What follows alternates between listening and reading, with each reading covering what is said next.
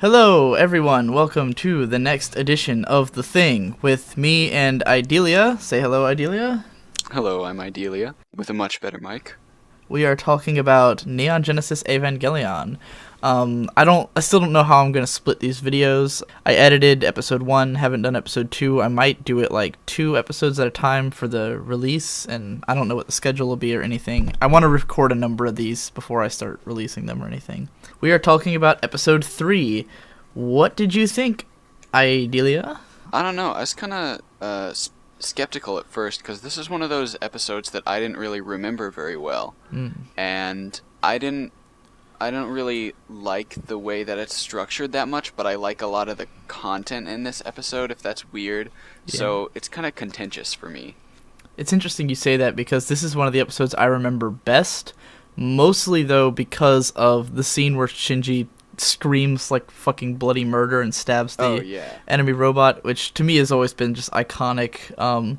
Fucking crazy vocal performance on the part of his actress. Like, goddamn. So, yeah, because she's conveying just like the pain of being stabbed and the ferocity and violence of just attacking this fucking thing, and you're like, shit, like you're making the same face that the two kids in the cockpit are. Exactly. What were your troubles with this episode?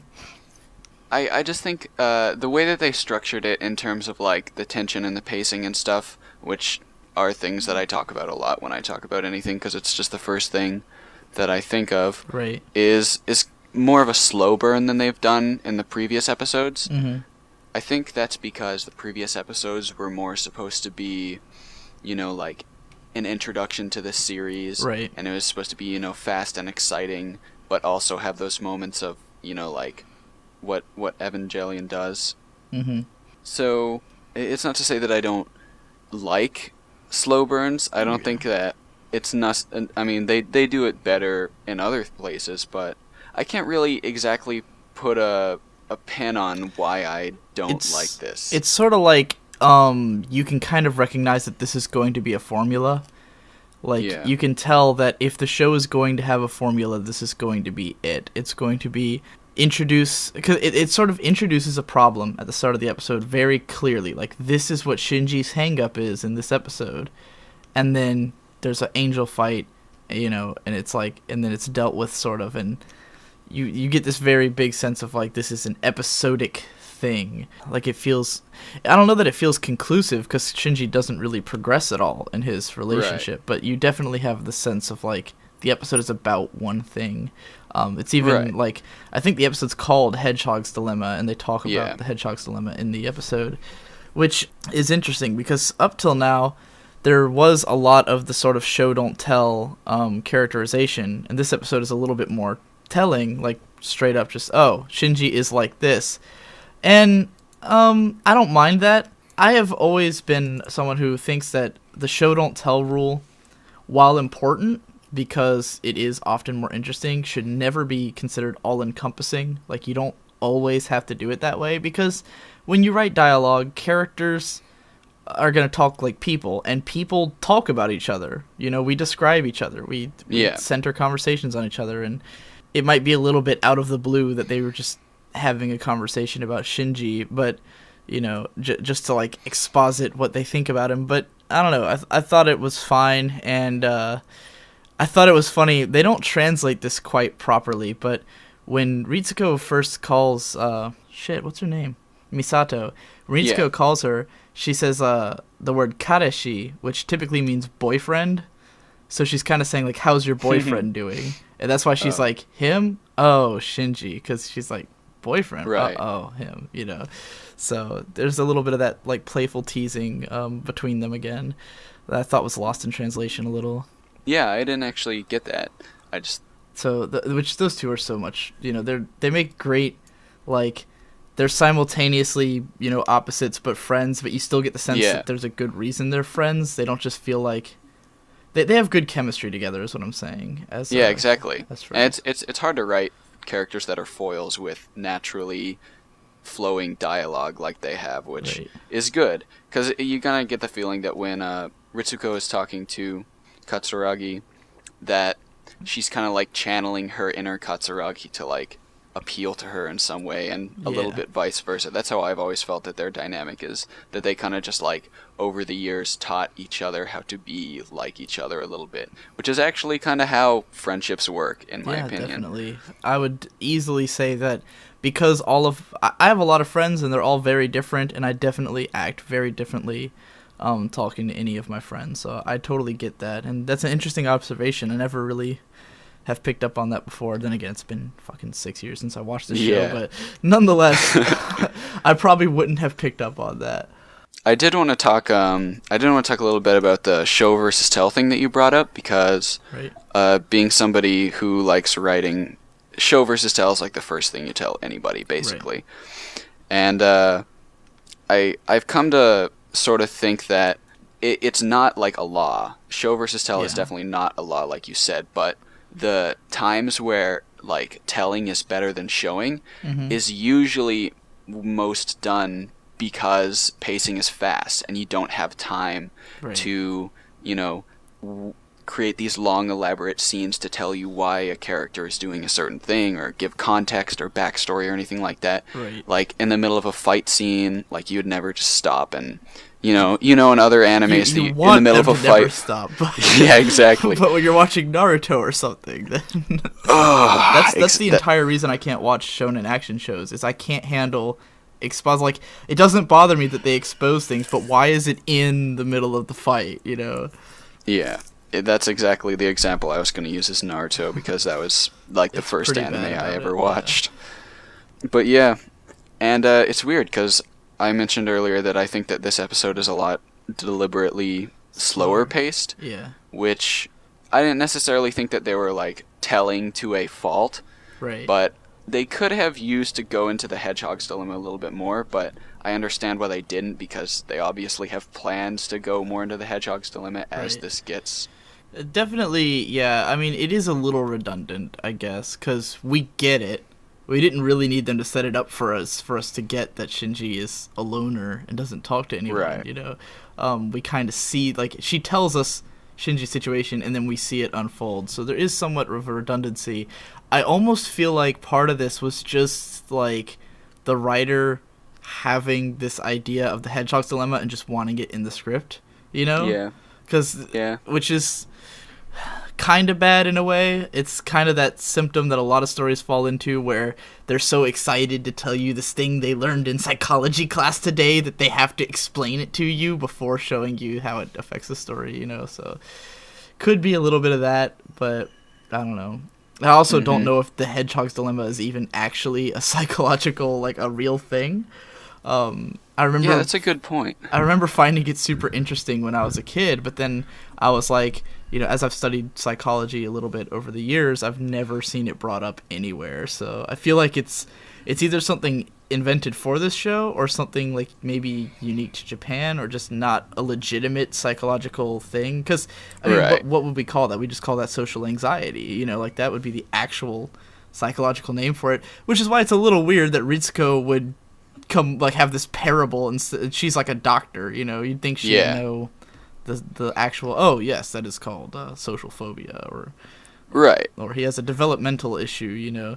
Why do the smart people in his life not get it? But at the same time, you sometimes feel that way in the real world, where it's like, you have friends who are super intelligent and they don't get you at all. But I can see why they framed it as the Hedgehog's Dilemma, though, because personally, when I hear the Hedgehog's Dilemma and you think about, two hedgehogs that are trying to hug each other but are stabbing each other, like, that sticks a lot more in your mind than, random sterile medical term number 37 for this disorder. From a storytelling standpoint, certainly, it's better to understand.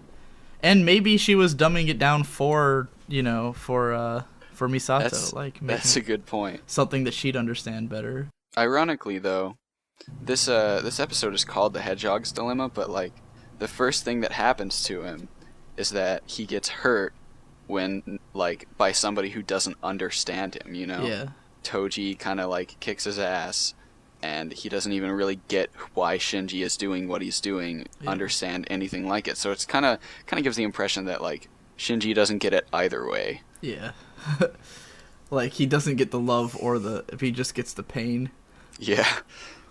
I guess the reason I like this episode a lot is that I love the sort of moral it's portraying, which is that you should not really get upset at people when you don't understand the context of their situation.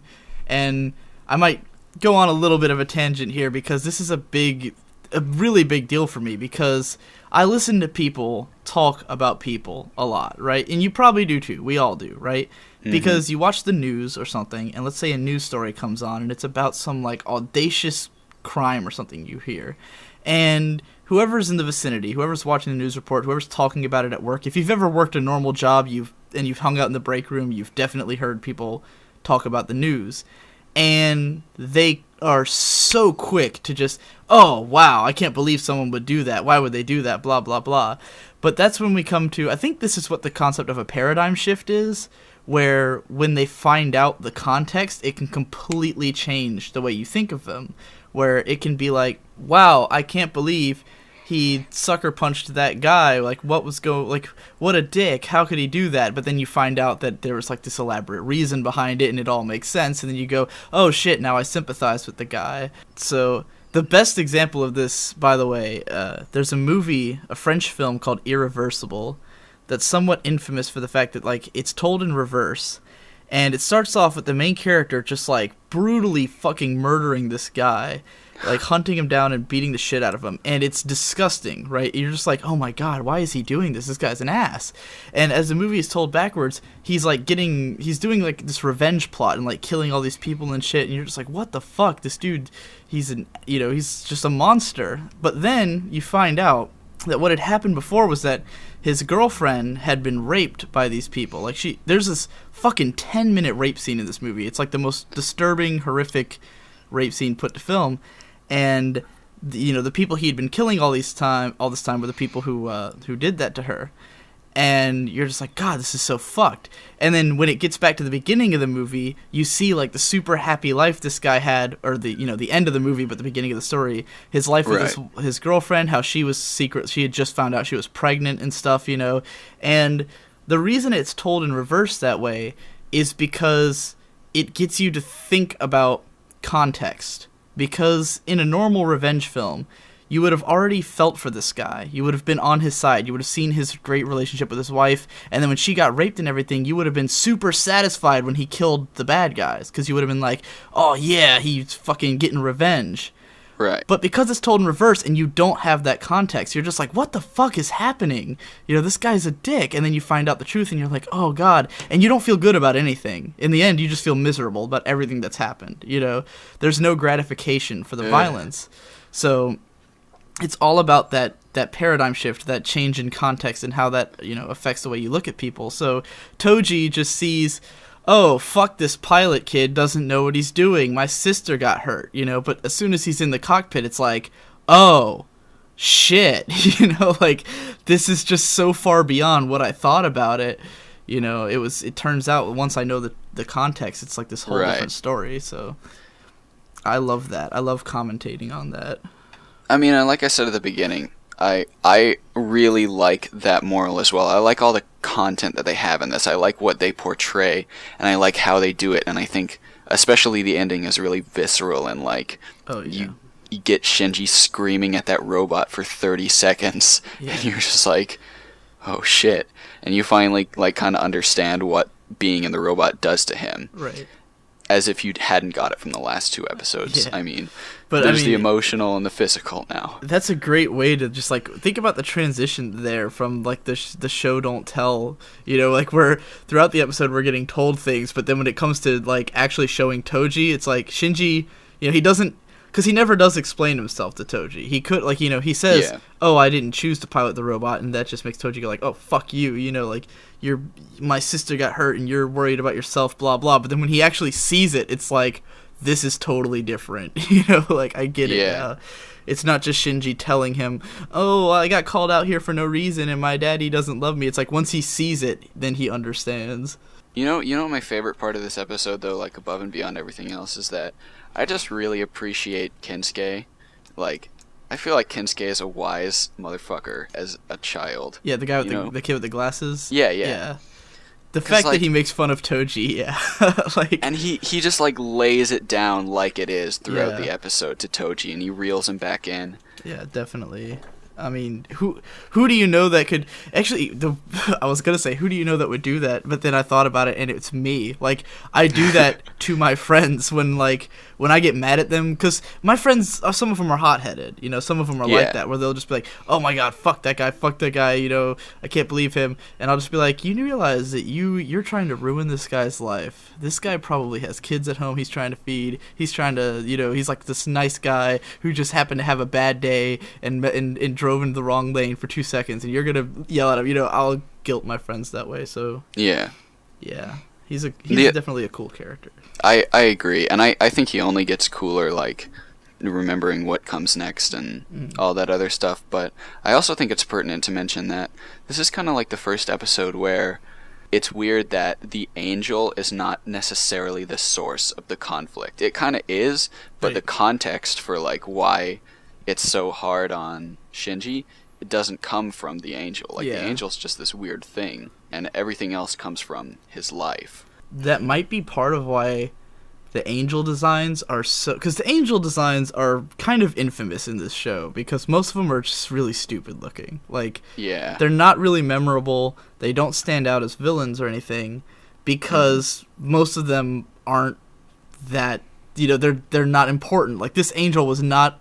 this focus, it did, like, what it could do did not really matter. He's just something that he's gonna kill, and it's gonna, you know, further his relationship with Toji, like you said. So yeah, maybe that's why it's so just there and, like, not really interesting to look at, is because they don't want you to pay attention to the angel and the fight. They want you to pay attention to what's happening with Shinji.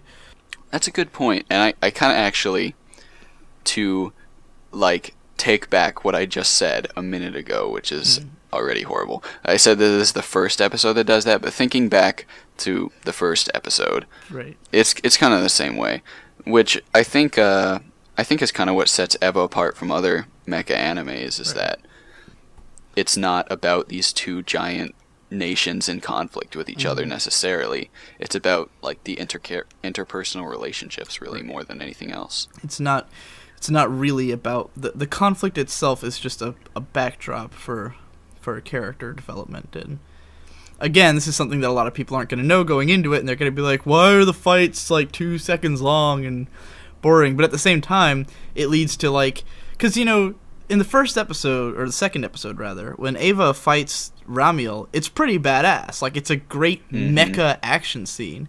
This episode's scene is not a great action scene, but it's fucking intense and memorable for the emotional weight it has, you know, that it's just a kid screaming for 30 seconds straight.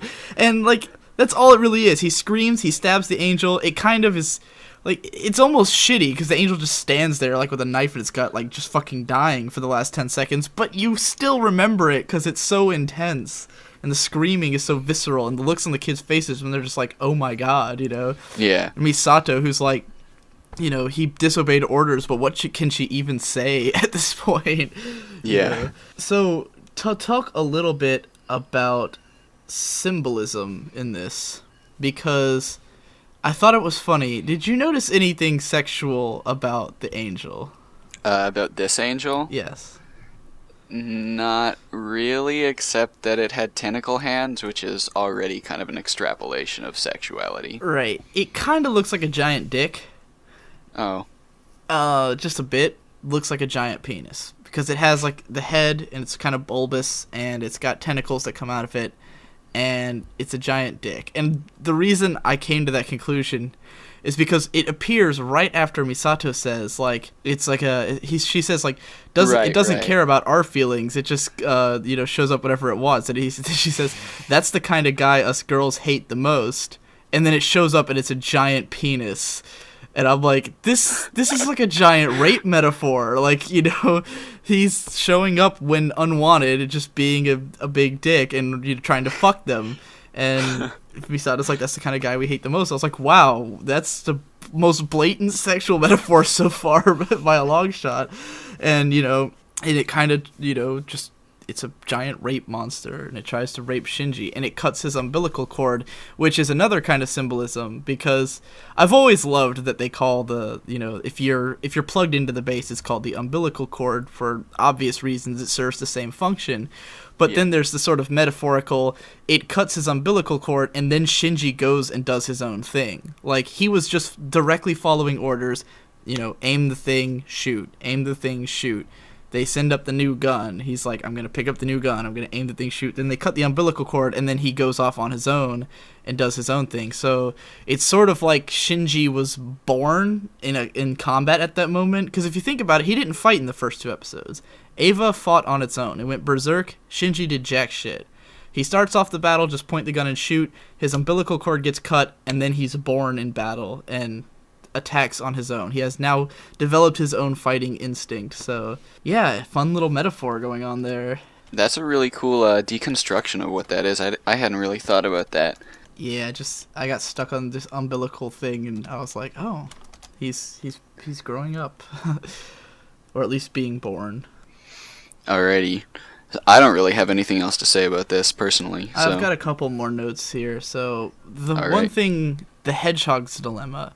What I love about it is not specifically like how it's used in the episodes. I mean, literally Shinji's personality, let's say. Because I don't want to keep calling it the hedgehog's dilemma, because I'm not yet ready to like say, oh, the show pinpointed that one just right. It's like, well, that's kind of sounds like an oversimplification of, his character.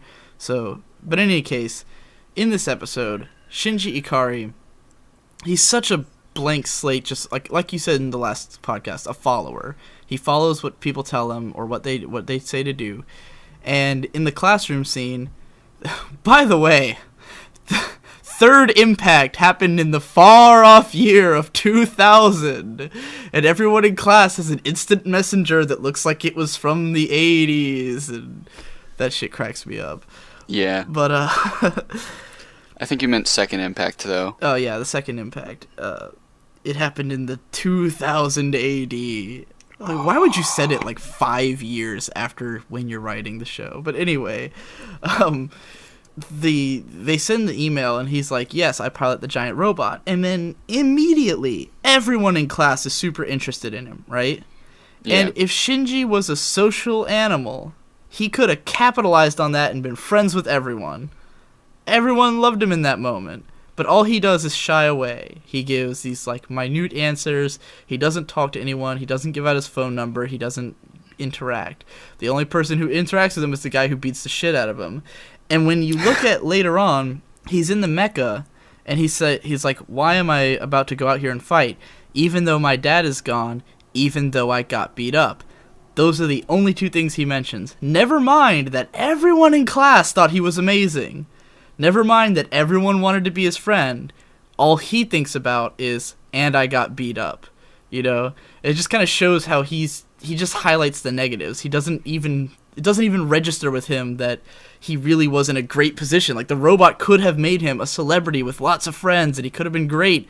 But instead it's, I got beat up. Yeah, that's actually good. I had like a similar thing about like Hedgehog's dilemma, It's kind of ironic that even in his social life, when he tells people that he pilots the robot, all it brings him is the things that he doesn't want is attention, and getting beat up, I guess, is more negative attention. And up until this point, we've been told that attention is something that he can do without, essentially. So I kind of felt the same way, but not with as much specifics as you. Alright, so that about covers all we have to say about this episode, I think. So we will move on to episode 4. This is Digi and Idylia yet again, probably still the same video being watched. Anyway, this is episode 4 of Neon Genesis Evangelion, and I'll preface this by stating that this is often considered the make-or-break episode for the series for a lot of people, because it's the slow one where Shinji runs away and nothing happens. So, for people who don't like the show, this is pretty much the episode where they realized they weren't going to like the show. And for some people, like Brony Curious, who watched the show about 6 months ago, he was like, episode 4 is when I realized that I loved this show. So, what did you think? Me? I hate to be like, I hate to jump on the train, but I didn't really like this episode that much.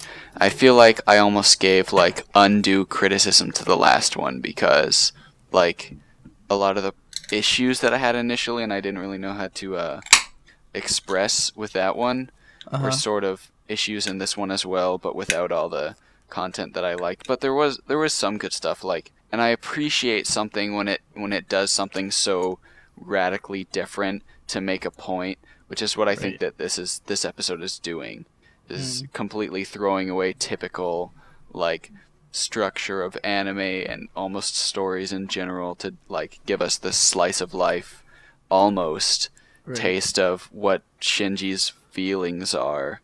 I don't know. I don't want to lie and say that I liked it though, because I didn't really like it.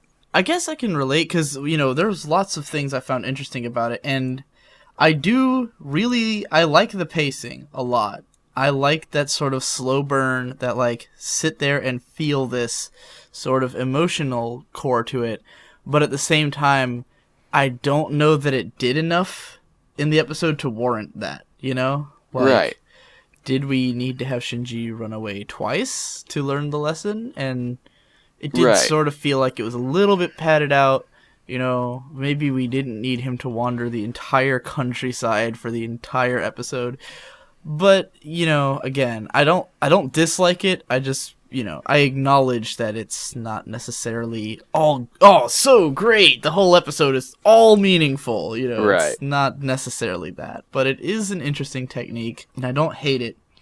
So, anything you have to say about it? Well, first I want to clarify exactly what I mean by that, because I think that the number one most important thing that this episode does is it gives us more characterization for Katsurugi and Toji and Kensuke, right.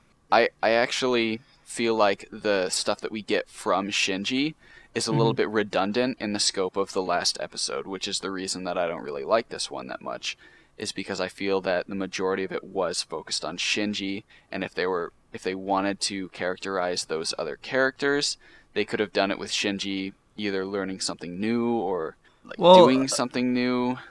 I mean, I appreciate making him sort of... It's kind of like the Fluttershy argument from My Little Pony, where a lot of people don't like Fluttershy because they see her as not really progressing as a character. But kind of that's the point, is that it's not that easy to just get... Like, you can't just learn to get over social anxiety like that and then you're done. It's sort of an ongoing process, and you very slowly see Fluttershy develop and change over the series, but she does have to kind of keep learning the same lesson again and again. This isn't necessarily an explanation of this, but one of my favorite quotes from Hideaki Anno about the show, and I know we're not necessarily supposed to use his words, even if he even tells you not to use his, but when he was doing the rebuild of Evangelion project, which are the new movies that retell the story, then right before releasing the first one, they had a website up, and he had, like, this big sort of opening statement, like, about why they were doing the rebuild of Eva. And at one point he says, Evangelion is a story that's all about, like, a constant rise and fall of sort of meeting challenges again and again. It's the idea is that it's not just a simple, I became awesome and now I'm awesome. It's more like, you really have to fight. You have to keep pulling yourself back up. You keep getting knocked down. You keep pulling yourself up. And I think that's true and way more human than just a character arc, because most of us go through that. We continually have the same issues. Even if we beat back our anxieties one day, they're probably going to come back before long, And actually, yeah. Sorry. Actually, that's pretty good context, because I mean, when you put it like that, I can see, why they did this, and I think that's the reason that I was kind of unsure, and why I feel like I don't like this episode, is because I found myself asking, like, why a lot, and I couldn't necessarily give myself a very good answer. So I don't know. Yeah, I mean, like I said, there's definitely an element to which, if you're analyzing the episode, you're going to find things that are interesting, but at the same time, I don't think it's all defensible as, like, all good ideas, I absolutely hate when people say, "Oh, it's amazing. It has its flaws, but it's amazing." Everything has its flaws. Like, no matter what, depending on your perception, you're always going to find something that is, a little off in a story. And, it's really about whether the story's interesting. And this episode is definitely interesting, but there's no question that it didn't need to be 22 minutes of him wandering the countryside. Like, it really could have been shorter, and it could have made the same point, I think. Yeah. But there are some interesting elements to it. I've got some notes. First of all, though, can we just talk about Shinji on the train, and he's listening to a tape deck. Mm-hmm. This is like the year 2045 or some shit. Yes. And he's listening to an old school tape deck. This show was made in 95.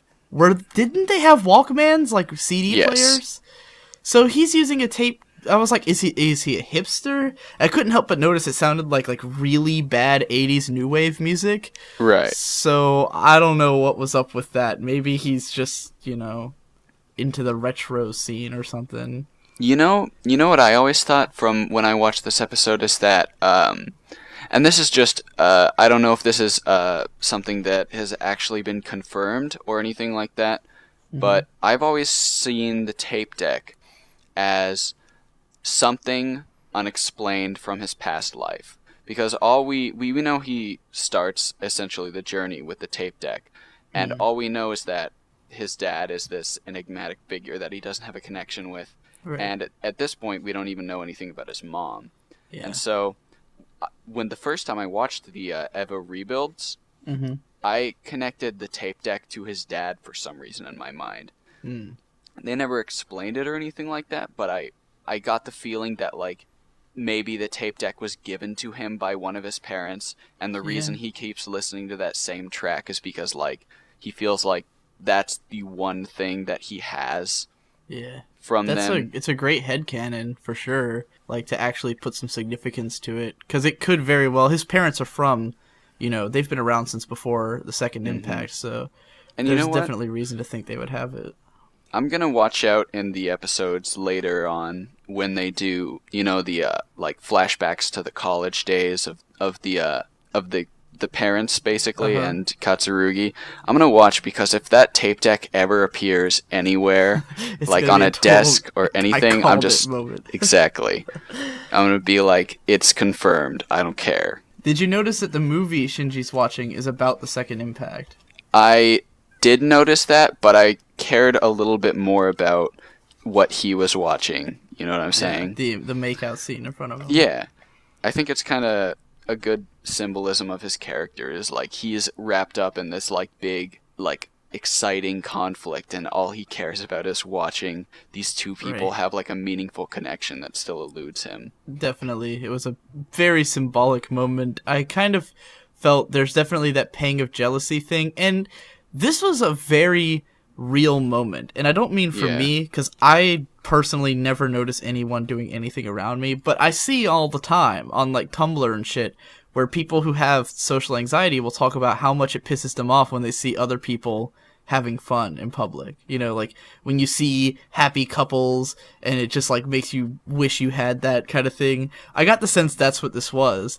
And it's funny because for me, my first instinct is to be like, oh god, because it's such a like 14-year-old emotion, like that feeling of, oh, other people are happy, fuck them, But then I think about it, I'm like, yeah, but that's so real. It's him. He's 14. He's this depressed kid. Like, I get it. That's I can't really fault him for that. It's just kind of like something, and I think that's a big thing of what this episode is trying to show you, is that he's a child.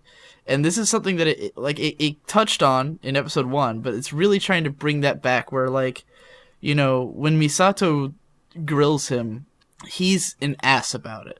And she knows he's being an ass about it, right? And he's very successful at being an ass about it. He's trying to push her away. He's trying to, that phrase I just used, successful at being an ass, that's something that I have described when... because I know people who are like that, who have like social problems, and they'll try to purposely push you away by acting like an asshole. And even if you know they're doing it, if they do a good job, you're not going to keep talking to them. Like, it's going to piss you off, you know? Like, even if you know that they need your help, even if you know that it's really just an outcry, if they keep doing it, it's going to be effective. It's going to piss you off.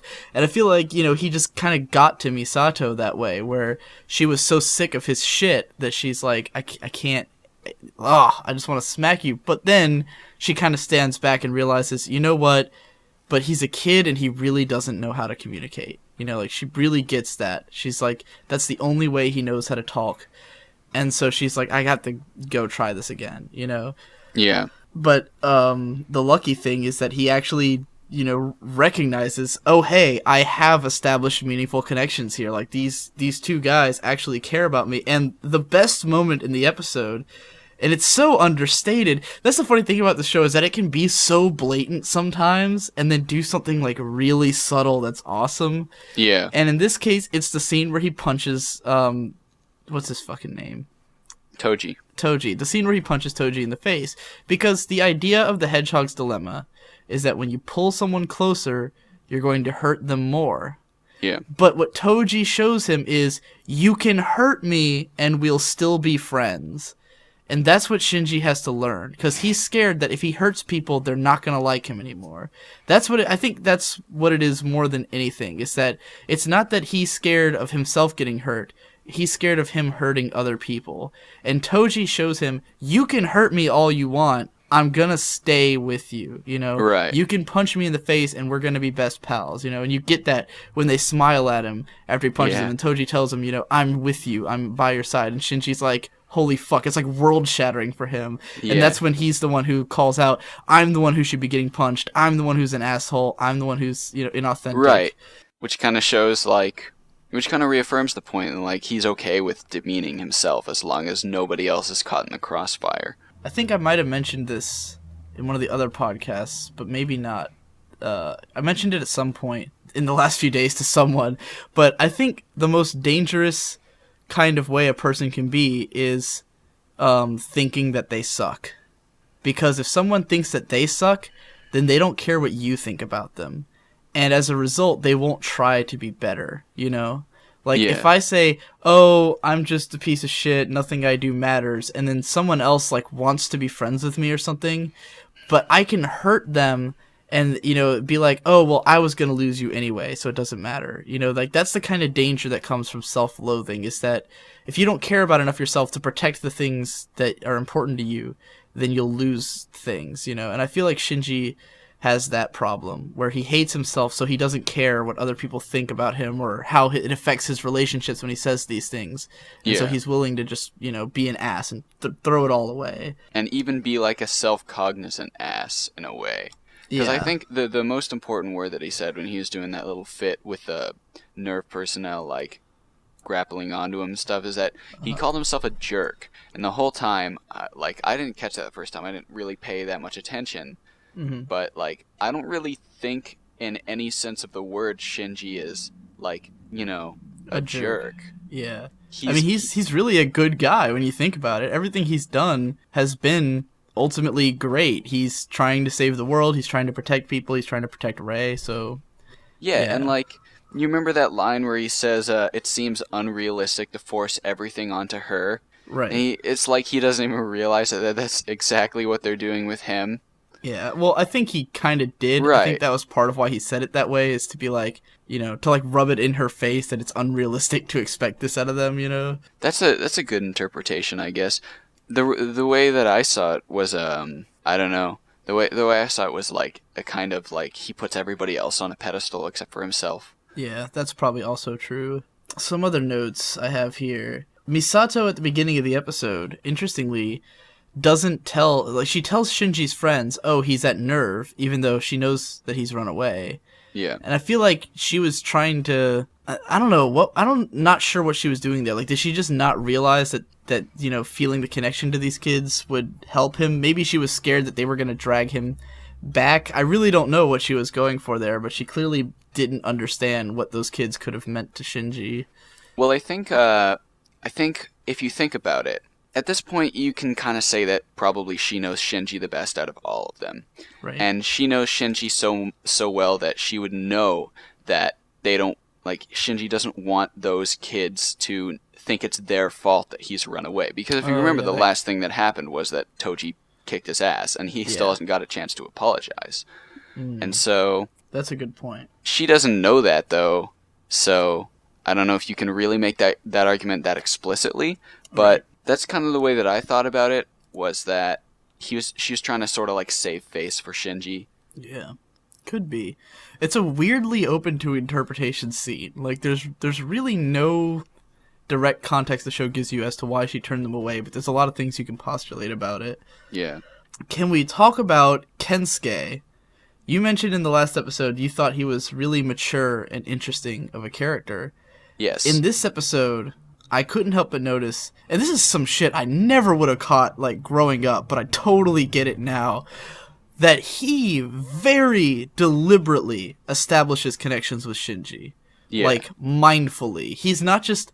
Because as a kid, I just thought he was like, oh, hey, Shinji, you happen to be out here where I play make pretend, and then they become friends. But it's really not like that. He says to himself, oh, it's the new kid. But when he calls out, he says, Ikari. And it's the first time anyone has said his name. Throughout the entire episode 3, they all call him New Kid, Tenkosei, which means transfer student.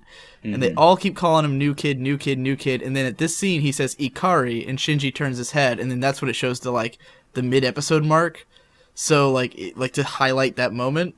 Mm-hmm. And so he calls out his name, and then when they're talking... Like, Shinji never, talks about himself, but Kensuke keeps asking him questions because he knows that Shinji will answer.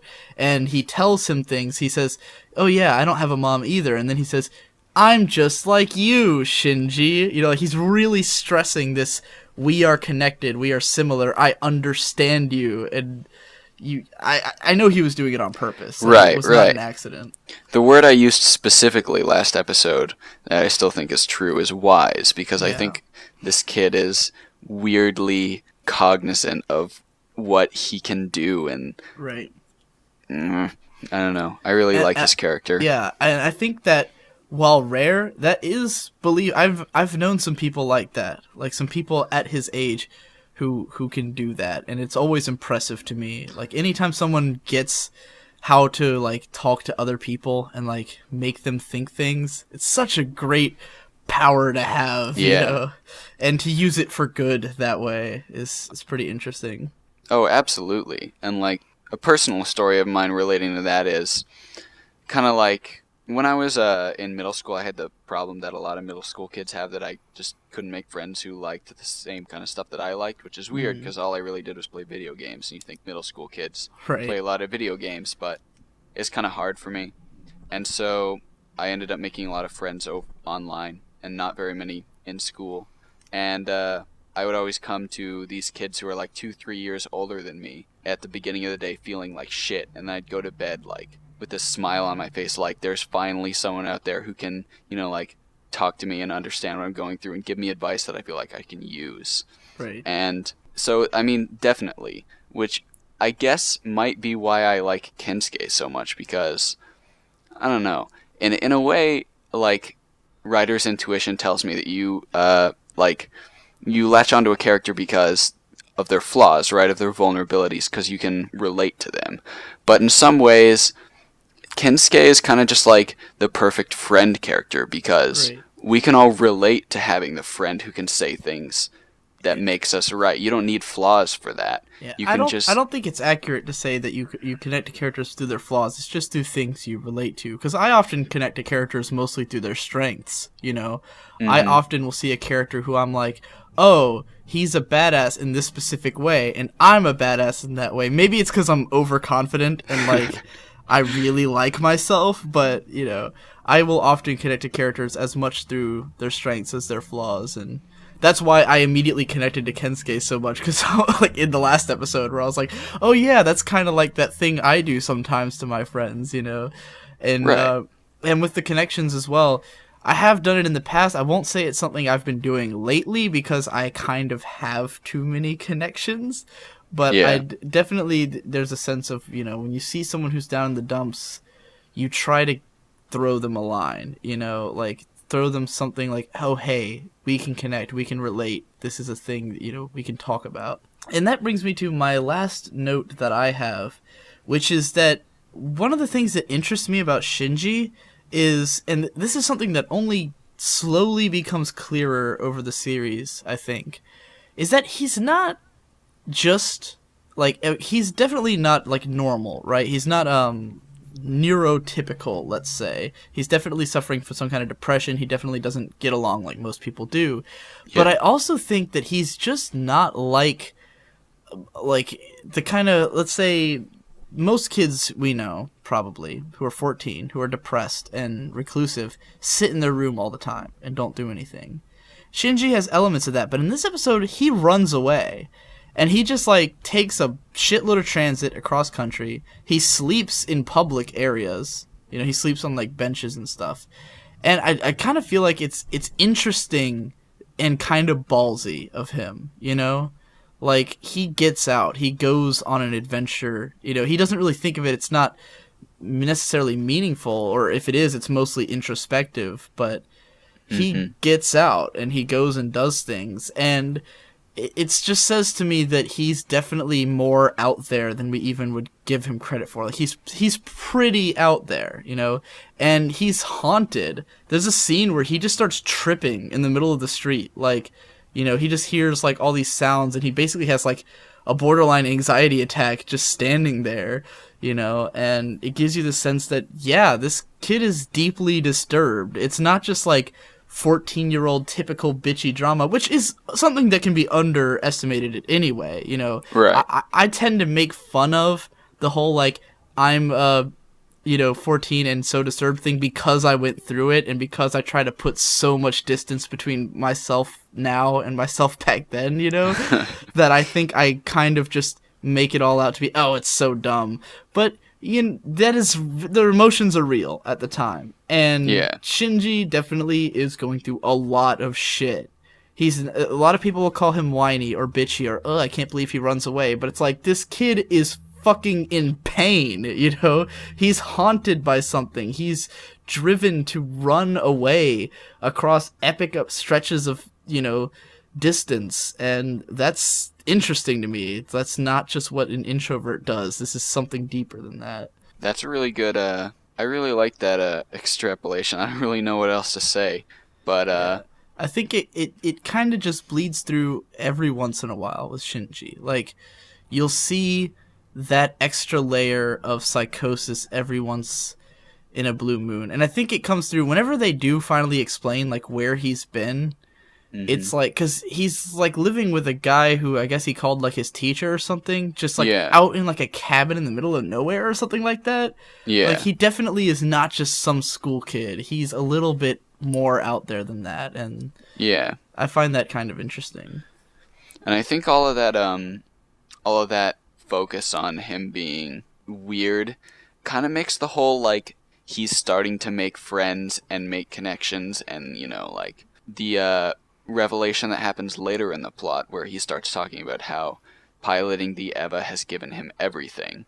And right. I think we'll probably talk about that more when we actually get there, but it kind of makes that whole journey a lot more satisfying, but, like, in a weirdly unrelatable way. Like, I feel like it's a little bit misguided to say that relating to Shinji is something that you should do naturally, because I mean, you can just point to the outcry that people have had, that people call him, like, a pussy and a bitch and he runs away. Right.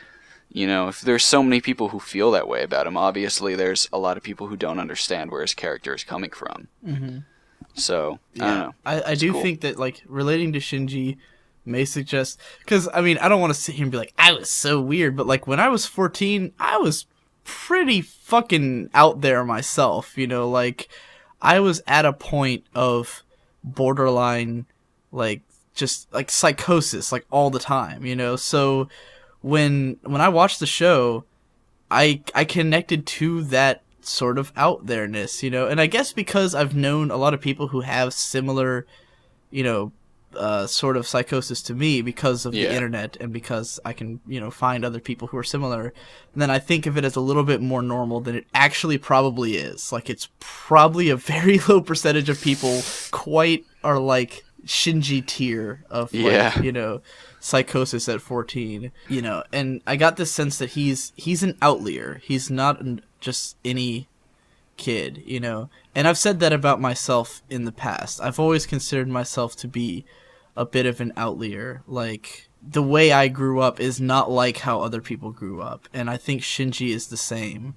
He's not, it's just not that normal. There's certain things that are just, you can relate to him, but at the same time, no one really can. And I think that's what justifies some of the, like, the way that he's so intense, like that he goes into such a deep psychosis, and then he has these big outbursts and these outlandish moments, and it's like, it's because he's really that far out there, and it's interesting to present a character like that in a show like this and not make that clear at first. Right. It's definitely a totally new take on character than what people would normally think of. Because if you think of almost any other media, characters generally, if there's a cast of enough of them, have like a polarizing defining feature. In fact, like, probably the best example that we can give at this point is My Little Pony, because all your followers are probably familiar with that. Right. And so immediately,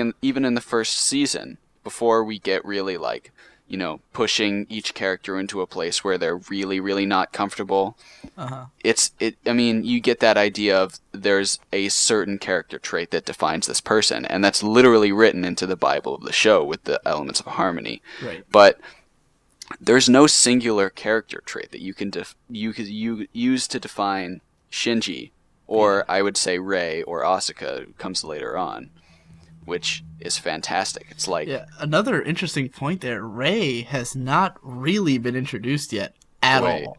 That's true. I don't think we've ever talked about Rei. She hasn't had a line of dialogue yet. All she's done is sit on a bench. She had that one line about, we got an emergency call, and then she just walked, I'll respond to it, and she walked off, and that was it. Which I think is totally intentional. Because Rei is meant to be this mystery, enigma. And even when she gets an episode, I think her episode is next, actually. The next episode is Rei 1 out of 3, which are across the show. There's Rei 1, Rei 2, Rei 3. I've never felt a sense of closure for Rei, though, ever. Right.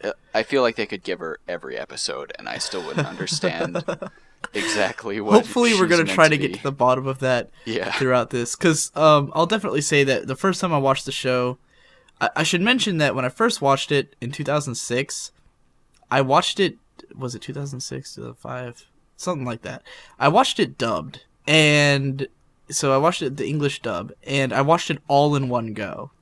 So even though, to me at the time, it was super powerful, I super related to Shinji and all that stuff, it was also like a really visceral, emotional experience of watching the show. Like, the whole thing went by, and all I was thinking about is my connections to Shinji, the cool stuff that was happening, and this is way before I was nearly as analytically minded as I am now. And for a while, I didn't get Asuka or Rei. Like, really, until the Rebuild movies was when I started to understand them, like, as characters, and it totally changed, like, whatever I'd saw before, I was like, they were not what I thought they were. Like, when I watched it the first time, I was just, oh, Asuka's a bitch, and then watching it later, I'm like, she is so far from that, like, such a more interesting, evolved character, and there's lots of people who still do that, who just write her off as, oh, she's a bitch, because they don't get it, but, yeah. And so have you seen both the Rebuild movies? I've seen... Okay, so the... or all three of them, rather. I have forgot there's a third one, because I haven't seen it yet. There's like a third one now, isn't there? There very recently. Actually, when I went to go see the Madoka movie, they had a poster up there for Eva 3.0, and I was like, nice. I guess I'm going to see that eventually. But...